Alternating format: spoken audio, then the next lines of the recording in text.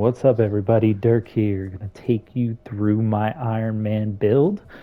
So this is my first build video. I'm gonna take you through the build that I used to almost set the Elite Raid speed run world record. This is the build I use in that clip that I one-shot Monica with a single rocket. And hopefully it's gonna help you get your Iron Man to a place that you're happy with. Iron Man, to me, probably the best overall character in the game right now, between what he can do from a DPS standpoint and his utility and versatility in the raid and other missions. So we'll get right into it here. We're going to start with the stats. You can see I'm running 0 might. Don't really feel the need to use any melee attacks, and I'll show you why in this video. So might not something I'm carrying on this character. 0 resolve, 0 resilience as well. Don't recommend this when you're building your character up. You're probably going to want some resolve or some resilience in there. But once you get to end game content, once you kind of get above 170, let's say, probably don't really need to run resolve or resilience, especially combined with the right perks and skills. And once you really kind of know how to position yourself and work from a distance with Iron Man. Really, those are kind of the important things to call out here. Prioritizing precision, I'll get into why later. But the two most important stats here for Iron Man, precision and valor, without a doubt.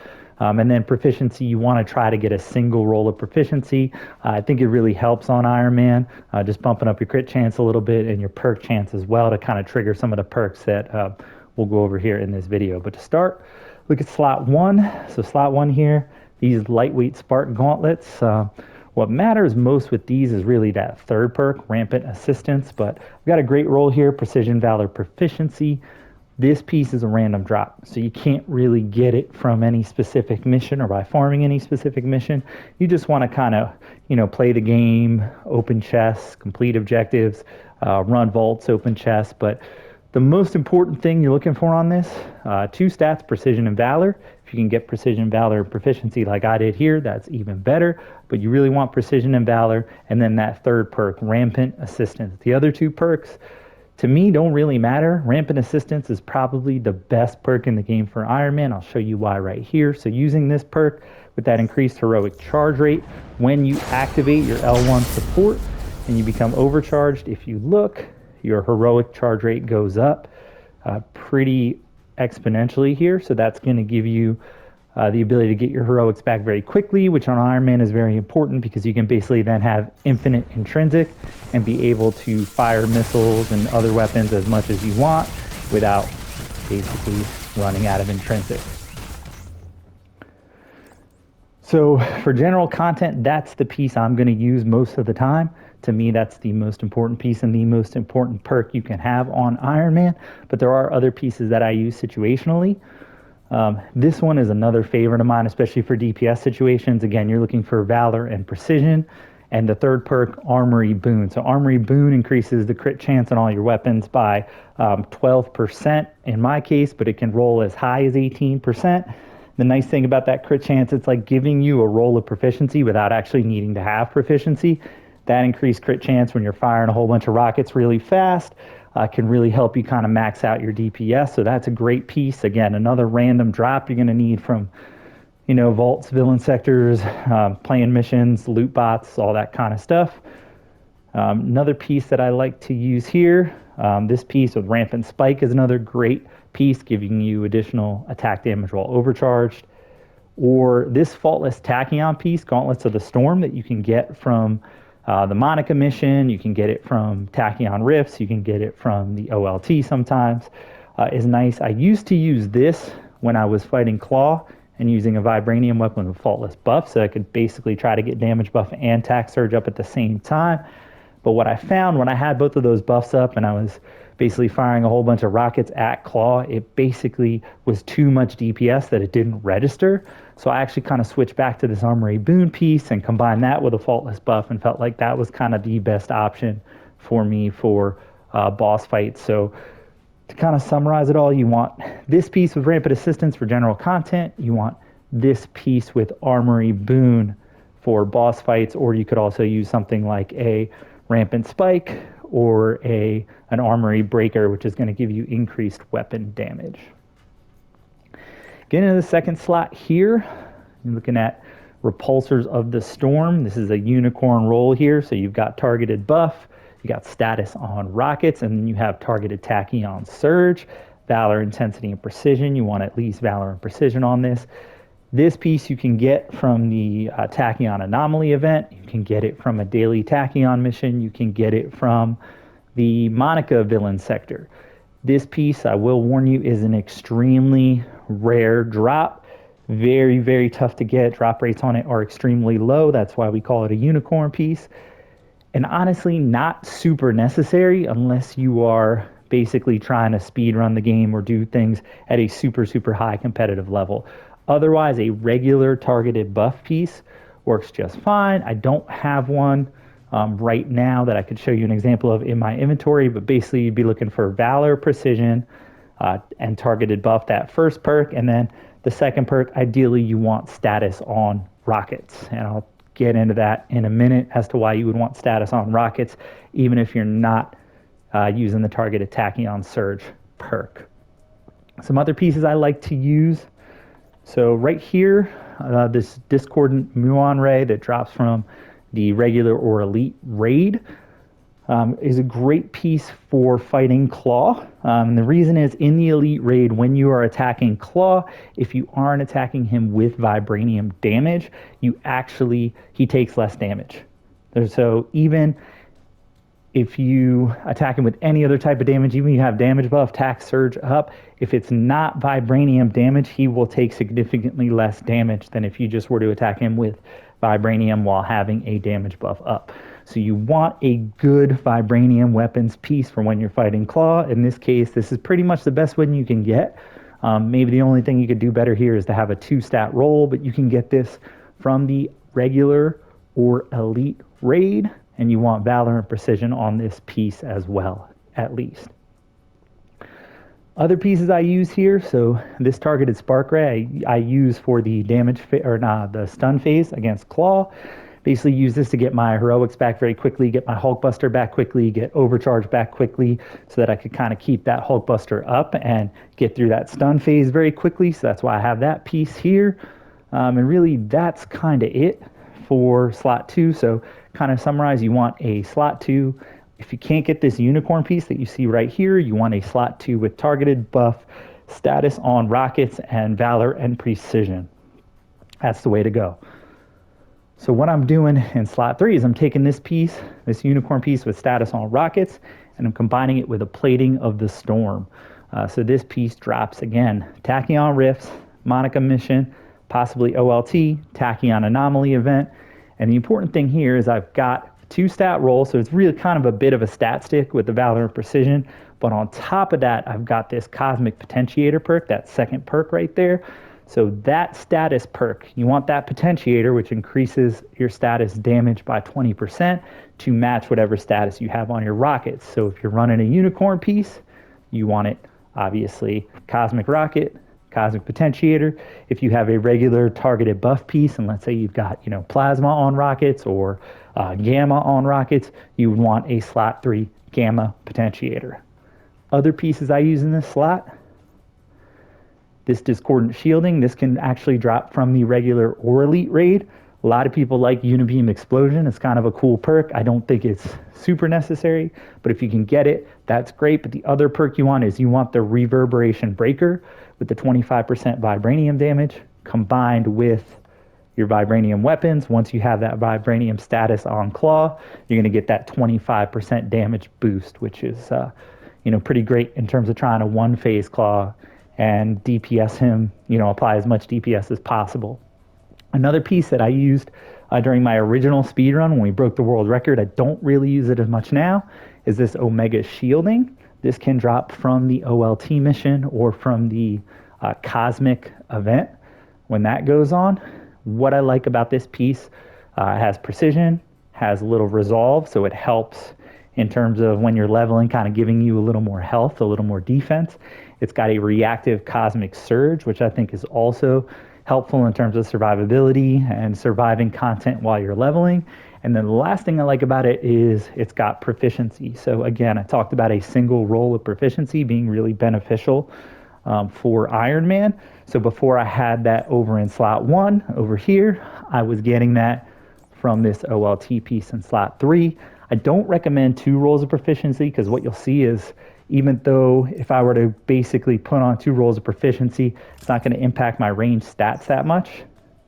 You'll see 2 rolls of proficiency gets me 32.8% crit chance. 1 roll of proficiency, I'm still going to have a 25% crit chance. So it's a lot of extra proficiency with not a lot of bonus in terms of what the end result is.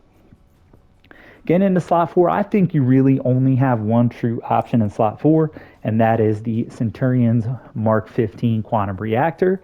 This piece drops from the daily priority mission. So you can get it from the daily priority mission. You can also get it from the flashback mission on the days when the flashback mission is dropping slots 3 and 4. The big perks here, Ramp and Spike, your 150% increased critical attack damage while overcharged. One of the best perks in the game for Iron Man. Definitely want to have that if you want to really output max damage on Iron Man. And then the extra arc overload assistance can be really useful if you mess up your infinite overcharge. I'll show you how to do infinite overcharge in a couple minutes here. The nice thing about this as well, from running the flashbacks, if you don't feel like you need that extra overload charge, you can get a legendary version of this, and it drops with a random third perk, like Ultimate Assistance here, or Rampage buff, or you can get it with Berserker buff or Berserker Spark, which would both be great options to have on Iron Man. But really, this is kind of the piece you want to have on your Iron Man, and luckily it's pretty easily farmable. Like I said, you're able to get it from that daily priority mission, so you definitely want to go out of your way to try to get that piece. Look at my ISOs. We're running 2 triple precision ISOs here. I'm running 2 triple precisions with Powerful Boon because the increased crit chance for power attacks. Iron Man's laser, where you aim and fire the laser, actually counts as a power attack. So I want that for increased critical chance. I'm using that laser not very often, but in the elite raid, I'm using it on the clusters in the forge and the clusters in the vibranium room. So I want that increased crit chance on those power attacks. But you could also go with something like increased assault assistance or increased support assistance, something that's going to help you scale with that heroic recharge perk that we're using in slot 1. I will tell you, I used to use a triple precision and a triple valor ISO, but I've actually found that when you have one of each, math tells you that should be, if you look at your raw stats, your range damage and your valor and your critical damage, kind of tells you that that should be more damage output for you DPS wise, but testing's actually found that you get more when you're running 2 triple precision. So I recommend 2 triple precisions for your minor artifact. And then for your major artifact, Sacred Nornstone of the Lethal Will, to me, kind of the best way to go, because that's going to help you, A, lengthen your damage buff, and B, you get a passive increased crit chance during your damage buff. So, I mean, really, to me, best option for Iron Man. Not really any other option that, to me, is as nearly as viable as this. So, getting into the skills now. So we'll look at the skills here. On the specialty side, for your support heroic, there's really kind of 2 options you can run. Number 1, your arc field. So that puts a protective bubble around Iron Man, so attacks cannot damage him while you're in that bubble. Attackers outside the bubble can't damage you unless they come in the bubble, and then you combine that with defensive field, and that will reflect projectiles back at the enemy. So the nice thing about this, especially when you're running low defense, it gives you the opportunity to kind of put a shield up and protect yourself. So I have to activate Infinite Heroics here so you guys can see that. So we'll do that right now.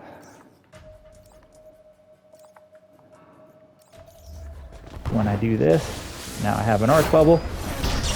And as you can see, I can't be damaged by that bubble.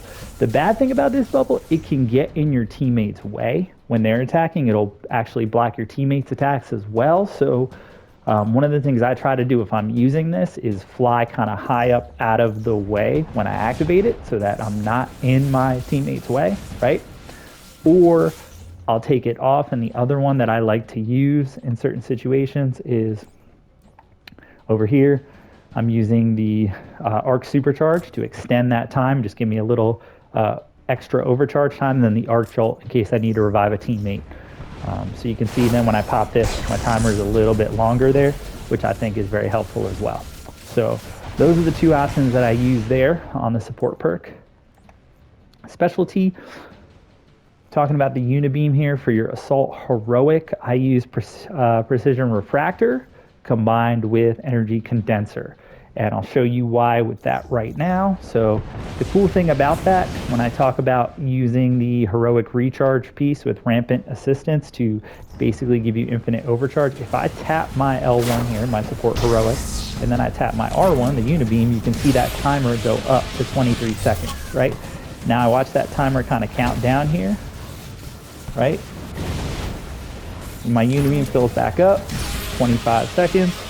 And basically, if I keep tapping this Unibeam, as you can see, it will continue to add to my supercharge timer. So you can basically give yourself infinite supercharge with Iron Man.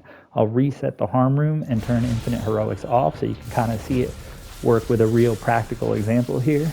But basically all you want to do is go in, activate your overcharge, tap your Unibeam. You see it's at 28 seconds now, right? And then as soon as this recharges, so it goes down, I was at 28 seconds, basically recharges in about 10 seconds. I tap this and now I'm at 27 seconds. So you can extend your overcharge a really long time if you do that. And then when you combine that with the Unibeam dropping orbs on kills, you can pick up an orb, get your Unibeam back even faster, and kind of keep going to work with that. So that's a nice way to give yourself infinite overcharge, as you see. And then with that technique now, I've got infinite supercharge, infinite intrinsic, and I can just really just go to work firing rockets, making things happen here.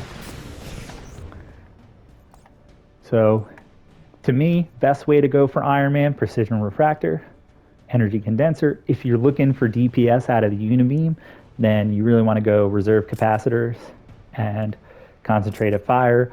The Omega Beam has a bigger AoE, but it actually does the same amount of single target damage as the Reserve Capacitors, and you get 3 Reserve Capacitors versus 1 Omega Beam. So if you want DPS out of your Unibeam, I suggest Reserve Capacitors, Concentrated Fire, but for me, I'm going Precision Refractor, Energy Condenser. For your ultimate, you want the Disruption Pulse, and the reason you want that is the stun damage for Klaw, really useful when you are stunning Klaw's hand or even just helping your teammates out get takedowns in missions. So that's basically, you drop the Hulkbuster, you press R2, it emits a stun pulse, does a whole ton of stun damage. And then you want the Energy Star, which is going to reduce the intrinsic energy cost for actions in Hulkbuster. It's just going to allow you to do this more times than it would if you had a different perk selected. On the Mastery side, we're looking for, I have Stun Mastery, just increasing my stun damage. To me, just kind of the best utility here out of all these options. And then over here, I'm looking at a takedown, dropping Heroic Orbs. Again, just kind of best option here. And then on this side, we're going with the Range Combat Mastery, increasing all my ranged attack damage by 15%. Over here, I'm going with range damage for rocket attacks by 12%. And then rocket specialization, which is going to add guidance to rocket attacks. So it's going to help. It's going to kind of give you a little bit of auto aim with your rocket attacks, which is really nice, especially when you're canceling and firing those rockets off real quick. And then that third slot, we want decreased intrinsic energy for rocket attacks. We're going to have infinite overcharge, but in those kind of windows where it runs out, you're going to get a little bit of extra intrinsic out of your rockets, just in case you kind of get into a situation where you run out. Looking at intrinsic ability, going to have base regeneration speed by 10%. Again, same deal. Those cases where you do run out, let's get it back a little bit faster, even though with this build you shouldn't really run out. Looking over here, again, I just want to increase that duration of the overcharge state. It's just going to give me a bigger window to use that infinite supercharge. Just kind of try to keep that infinite intrinsic up so you can stay DPSing the whole time. And then, again, overcharge damage boost. Again, since we're always going to stay in overcharge, we're going to give ourselves a 12% damage boost to our overcharge damage. Last 3, energy shield efficiency. Again, the instances where I don't have intrinsic, I want to make this energy shield activation cost really low. And then for me, a lot of people on Iron Man like to use on this second one the empowering barrier to regen intrinsic and kind of give themselves infinite intrinsic. But with this build, when you've got infinite supercharge, you don't need infinite intrinsic. So what I suggest is right here, this tactical barrier is going to give you an increased 15% crit chance. So the nice thing about that is basically if I set this barrier up, right, and I put this down, you can actually see near the barrier, it's going to impact my stats. My crit chance is up to 50% here. Okay, if I go away from this barrier, you can see my crit chance goes down to 35%. So having this barrier up is absolutely a huge advantage here. So having that barrier is, to me, another key perk for Iron Man. Definitely want the crit chance barrier when possible. And then the third one, this utility air superiority increases your range damage while flying by 15%. Flying doesn't necessarily mean flying like this. It actually just means hovering as well. So it will operate when you're off the ground. So you don't even have to fly up as high as I do. You can just do that and fly this high, and that damage will still be increased. So